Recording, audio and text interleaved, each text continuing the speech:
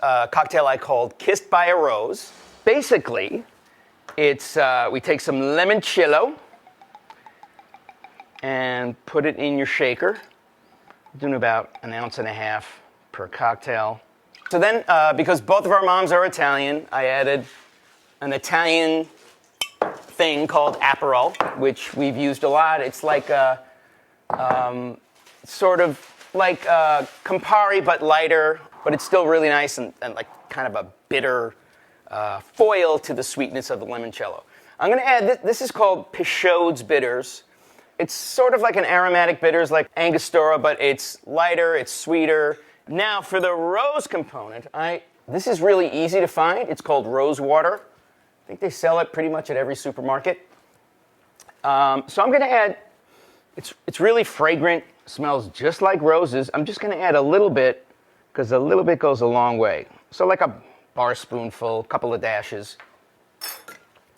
And then we're going to ice this down and shake it up. Here I am, icing it down. And here I am, shaking it up.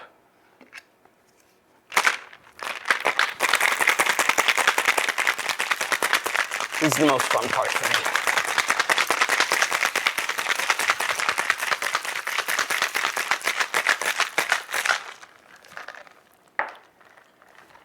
Now, I have these 2 Collins style glasses here, which we will pour that drink into. You could also do this, I'm doing this on the rocks in a tall glass. You could do it in a champagne flute or a coupe without ice if you wanted to, but I think this would be kind of pretty and it keeps the drink nice and cold.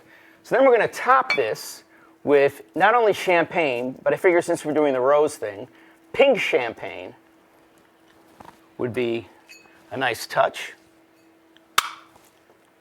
Just going to top that off.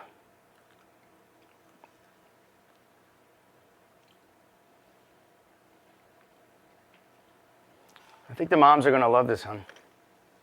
I think so too, babe.